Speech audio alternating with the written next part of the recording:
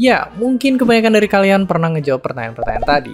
Tes MBTI, mulai dari anak SMA sampai artis Korea, kayaknya semua orang pernah nyobain tes kepribadian ini. Dan gak jarang hasilnya emang kerasa tepat banget. Tapi seberapa akurat tes ini sebenarnya?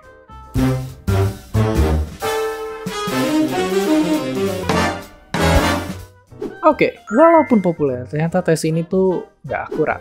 Soalnya, hasilnya sering gak konsisten.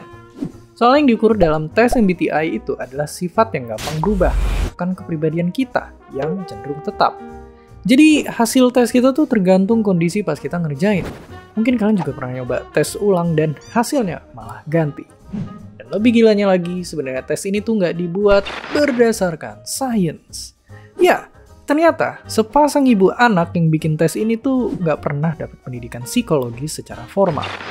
Terus pembagian kategori dalam tes MBTI didasarin sama tulisannya bapak yang satu ini yang juga nggak pernah dibuktiin kebenarannya.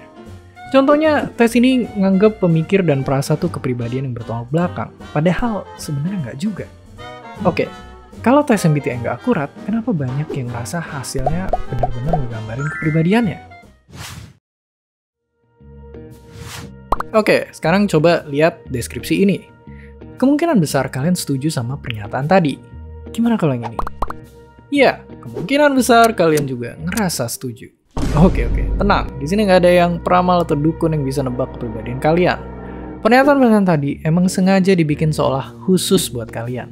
Padahal kalau dicermatin lagi, sebenarnya itu pernyataan yang umum dan berlaku buat banyak orang.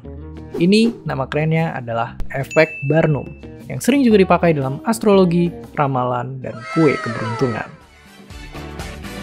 Terus kalau MBTI nggak akurat, apakah ada tes yang akurat dalam ngegambarin kepribadian kita? Kerennya, jawabannya ada. Misalnya kayak tes-tes ini yang sering dipakai dalam penelitian sama banyak ilmuwan. Hasilnya konsisten dan nggak ngotak-ngotakin orang dalam kategori, cuma nunjukin kecenderungan orang itu buat bertindak. Tapi meskipun sering dipakai sama peneliti, bisa aja hasilnya tetap nggak seakurat itu.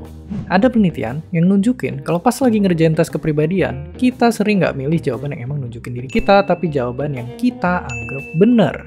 Terus sebenarnya, bisa jadi kepribadian manusia itu emang terlalu kompleks buat bisa diukur. Seiring berjalannya waktu, bisa aja kita dapat pengalaman baru yang mengubah nilai, kepercayaan, dan kebiasaan yang akhirnya ngebentuk kepribadian kita. Oke, meskipun hasilnya nggak akurat, kita boleh-boleh aja buat tetap ngerjain tes MBTI. Asalkan kita nggak langsung sepenuhnya percaya, bahkan sampai ngejauhin orang karena hasil tes dia beda jauh sama kita. Seperti biasa, terima kasih.